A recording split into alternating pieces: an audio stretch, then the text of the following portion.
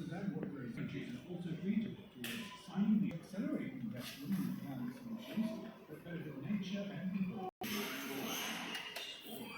In badminton world champion Loki and Yu began his title defense with a straightforward win over Spain's Pablo Aviani.